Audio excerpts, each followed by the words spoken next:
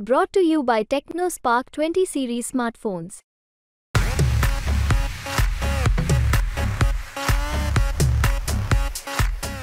महाविकास आघाडीच्या जागांच्या बैठकीतील निर्णय अंतिम होणे बाकी असताना आणि पुन्हा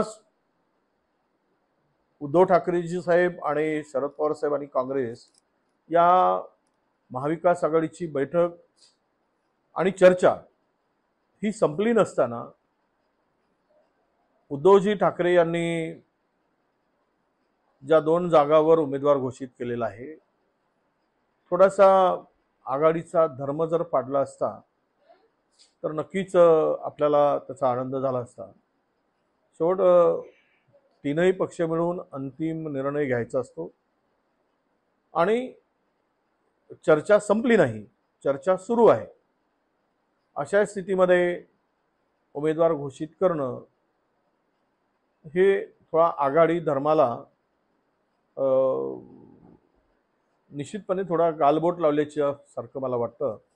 यावर त्यांनी जर पुनर्विचार केला तर सगळे तीनही पक्ष मिळून खुल्या मनाने या निवडणुका आपल्याला पार पाडता आल्या असत्या। मी सांगितल्याप्रमाणे आघाडीचा धर्म सगळ्यांनीच पाडला पाहिजे, तो शिवसेनेने सुद्धा पाडावा आणि उमेदवारी घोषित जी काही केली गेली त्या संदर्भात ते पुनर्विचार करतील अशी आमची अपेक्षा आहे। शेवट तीनही पक्षांनी मिळूनच महाराष्ट्रामध्ये इंडिया आघाडी मजबूत करून महाविकास आघाडीच्या माध्यमातून निवडणुकीला सामोरं जायचं आहे आणि चर्चेचं गुऱ्हाळ संपलं नसताना अनपेक्षितपणे त्यांनी किंवा अचानक त्यांनी त्या जागा घोषित केलेल्या आहेत।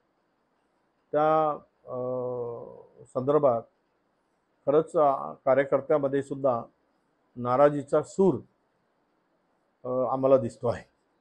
शेवटी आघाडी धर्म म्हणून काही गोष्टीची काळजी आम्ही तिघांनी घेतली पाहिजे आणि आमच्या मित्रांनी घेतली पाहिजे।